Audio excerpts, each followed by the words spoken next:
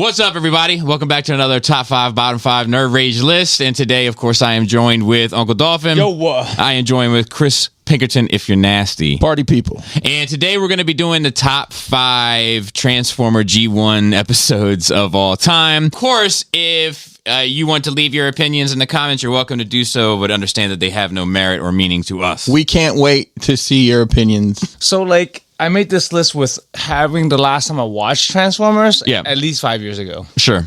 So this is just off the top of my head. Easy one. Yeah. Episode of Dinobots. Oh, that is a good one. Where the creation of the first 3. Yeah. Oh, and Wheeljack was carrying a torso around. It is interesting, man, because as a kid, I remember thinking where are the other 2? Because the toys I feel all came out together. Right. Yeah. And I was in your mind, you think they all came out at the same time. They couldn't afford to animate them all at once. Yeah, probably. But I was like, this is cheap. I was like, they're not going to put the other 2 in it. And then when the other 2 came in, it was like, oh.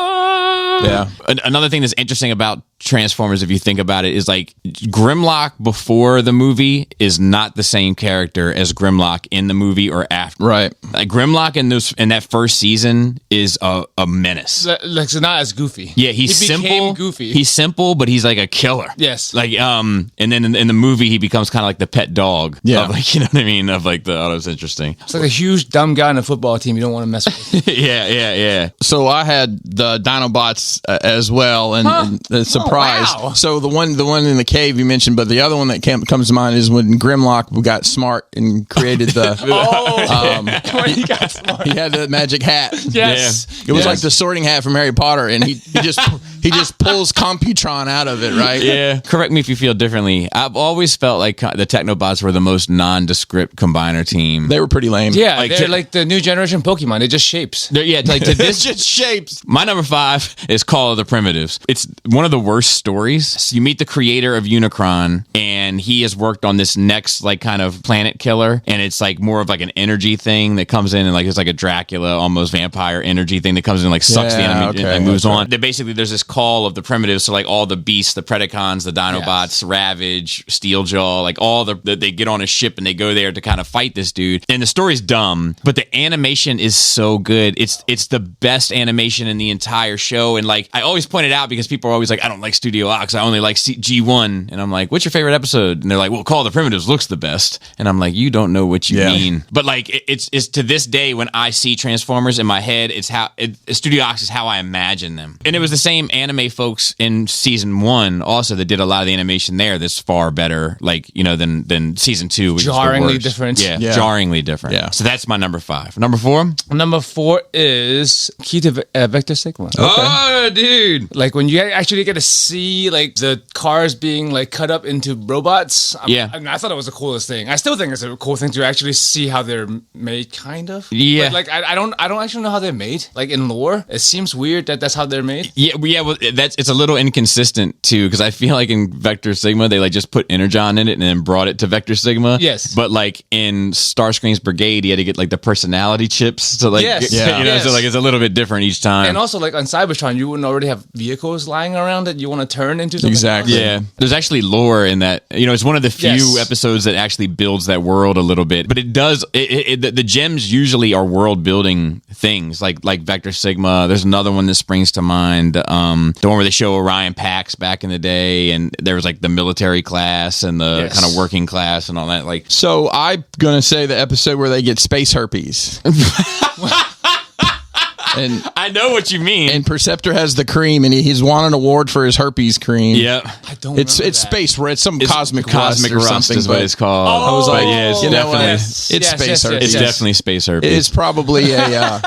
It looks like space except the only difference is there's a cure for this one. Oh, true. So it's got that going for it. Yeah. My number 4 is Heavy Metal War. Once again, it's because of the animation. It has that Japanese animation to it. The introduction of the Constructicons, and it's also where Megatron and Optimus battle for who gets to run Earth and who has to bounce. Yes. And I just remember it made them kind of like superheroes to me because each Transformer had one special ability. They clearly defined it in that episode. They let it go in season 2, but in season 1 it's Skywarp can disappear and reappear somewhere. He can teleport. Mirage can go invisible. This one has the force field. shield. This one has the, you know what I mean? Did they let it go? Because in my head, that's still like canon. Yeah, Jazz has speakers. Yes, yeah. Jazz has speakers. They don't really explore it much after that. They opened up their chest and like took a piece out, like what made them special, and all gave it to Megatron so that he was like supercharged, basically. Yes. And as a kid, I used to always like the Insecticons had those flaps that would open up on their chest. I would open them up and take out their little things and give it to Megatron to like, you know, pretend that was going on. So like it was one of those episodes that one looked beautiful. I still remember when the Constructicons pulled up with like the dust kicking up, the dun dun dun dun. Yes. Dun, dun, dun, dun. Like, and that's iconic to me. Seeing Devastator form and then the Dinobots come out and like, you know, like that's iconic to me. It's just, I think it's full of a lot of memorable moments that also had an impact on how I played and interacted with the property as a kid. Yeah. Yeah. Number 3, Joseph. Number 3 is the one with Orion Pax. Oh, yeah. Because, like, I think the Aerobots went back in time. Yeah. Something like that. Yep. But, like, it's a whole backstory to Yep. Optimus Prime and seeing more of, you know, back in the day before Earth. And it's an interesting one, too, right? Because, like, it's kind of at odds with the Quintesson origin a bit. You can sort of squint and tilt your head and look at it and be like, okay, well, the Quintessons made both, but there was this military class and this, like, working class. It was all misinformation. Well, and also that, like, That's what it was. and also that Good people, both sides. That's right. Optimus Prime had a girlfriend. That's important. Yeah. Sure, because I don't think there was a thing before that. No. Girl robots and No. being relationships. Well, that was the romantic first introduction relationships. to a female character, female-looking character. Robot, yeah. Yeah. And it also like there's like a Terminator element to it also, right? Because it's like they created the military ones, and then the moment that they could take control, they, you know what I mean? Like it's like message. And then also time travel. Yeah. So my next one is, I believe it's the last episode of like the original miniseries, and it has provided countless accessories going forward for two of the most iconic characters. But when Optimus Prime and Megatron fight, and they have the axe and the mace, I mean, what would they have included with these figures for the past 40 years if they hadn't had that one scene where that happened? That's so it is amazing. Scene, it is. It is sticks in your head. I believe. That's what they say, Bobby. No. That's what they say. My number 3 is Five Faces of Death. Like the animation is awful in it, but like I still view it as like Transformers the movie part 2. Yeah. Like it's 5 episodes. It's like the length of a full film. It completely resets the world, does completely new world building. Like it changes what Transformers is as far as the type of stories that are going to be told. And I'm there for it. Like I kind of, and I like the idea of like the Decepticons being in this like broken down place where like, you know, they're like starving for energy and like they're just crumbs left in the galaxy and have to like refine their like footing in the world. And I also like Crazy Galvatron as opposed to like got it all together Galvatron. Crazy Galvatron is awesome. I relate to characters that rely more off emotional feeling, Joe, than logistical planning. Never gonna win with that guy in charge. Never a chance. Cyclonus should have took it. Yes, I mean he was probably this shadow leader. Yeah. Number 2 is the one with Skyfire. Oh yeah, dude, that is a good one. He didn't know what the Decepticons were, and he was friends with Starscream. Like, and then he had to like learn, and then he flip flopped. And it also shows you like that you're not necessarily binded by faction, right? Like you can pick, and that offers an element of psychology to it, where like you're not born a Decepticon, you're not born an Autobot, like you're making a choice to, and there was also a life before the war. Correct. Yeah. Right? They were doing other things. Yeah, which is cool. And doesn't he end with him like going back in the ice? Yes, he dies at the end of. I don't remember because they found him in the ice. He was like buried in ice, and they dug him out. Yeah, and at the end he sacrifices himself. And it's like kind of a heavy episode. Really. I mean, it's deep. Like, he's like glowing underneath the ice, and but then he's like back, like in a future episode, he's like just flying around the background. Because I think he was like he didn't like this world, and he was just like, I'm done with it. Yeah. I don't know if I think that he was very. In my mind, like I said, like. Well, I think it was all of it. Like he didn't want anything to do with the war. Yeah. He didn't want the world that he knew was not this world, and he was sad. I think to wake up and find the world in the state that it was. So he was okay with just like piecing out. Yeah. But so like, it was a deep episode. Yeah, I agree. Number 2? Well, no surprise, my number 2 is the Skyfire episode. Bro.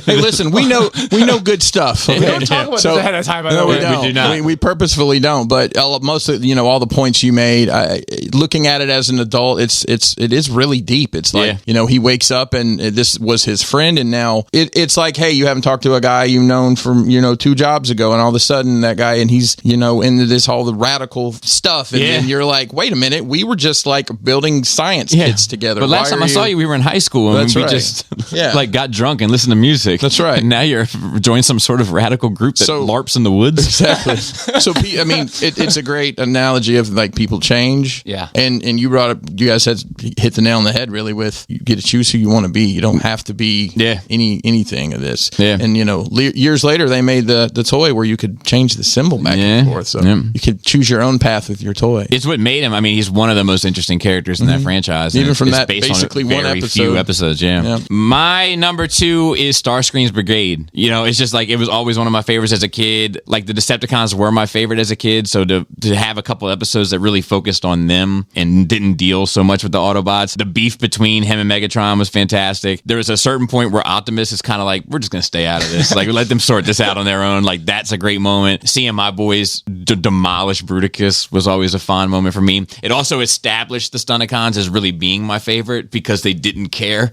Like, they didn't want to. They didn't want to get involved. Starscream's going to destroy Megatron, and he's like, who cares? They're like, well, you want him leading the Decepticons? Like, good point. Like, you know, like it's like all for them. It's just about how it affects their team. Yeah, it had Devastator in it. Like, it's just like it was like a greatest hits of Decepticons in one episode. Yeah. So like that's why it's always been a fan favorite of mine. My buddy and I used to laugh like that at the very end when he's like looking over the like the crater that was caused, and he's like, Bruticus.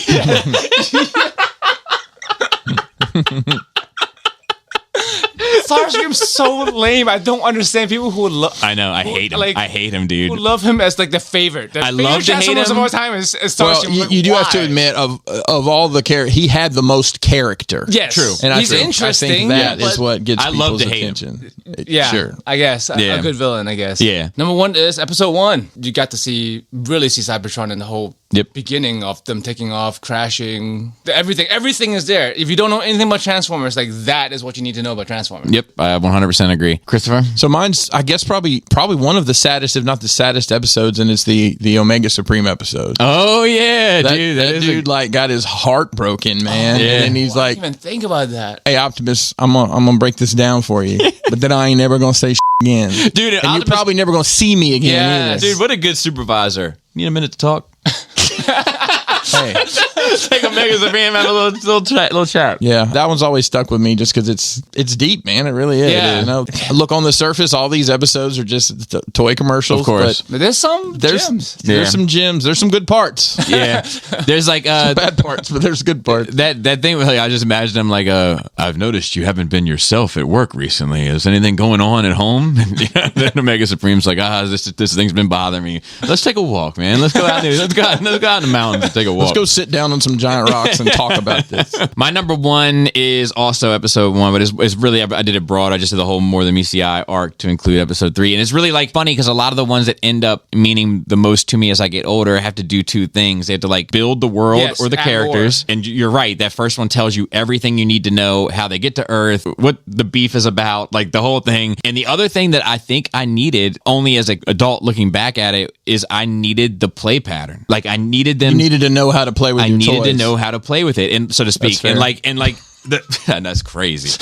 Whoa! Hey, the fact that they had the explore, like I did that. Yes. You know what I mean? Like, and I would come back and I'd have Skywarp being the first one and I'd transform into a jet and then transform back into a robot, and then like he would push the other ones into the ray, and you know what I mean? I played that scene out, a million times, putting Soundwave in the half transformed like Nightlight, whatever he was. I think it's fully transformed. I think that's just what it supposedly. No, but like. The toy. Oh yeah, the toy. I put him half transformed, and it worked because his freaking knees were backwards anyway, so it works. Yeah. It taught you how to interact with these things, and that was the whole point. The whole point. Yeah. Because I mean, it's obviously marketing, but you could tell those guys cared. A lot of those creative teams cared about those characters. So if you like conversations and want to hear more like these with this type of nonsense, please tune in to Nerd Rage Radio. It's available on wherever your favorite podcast pushing platform is found. On YouTube. We're getting we make about 13 cents an episode there, so feel free to subscribe. As well as if you're looking for these 2 gentlemen, you can find them in a number of different ways. Joe, tell them where they can find you. You can find me on Terrible He-Mates Twitch, and I have my own Twitch. And I'm at Crashbox Customs all across the fruited plain. There you go. And with that, please, if you'd like to, leave your top 5 episodes in the description. Please. If they don't align with ours, we hate to inform you of how wrong you are, but you're welcome to leave them. And with that, Flappy mustache. Tasty tibia. tight traps, player.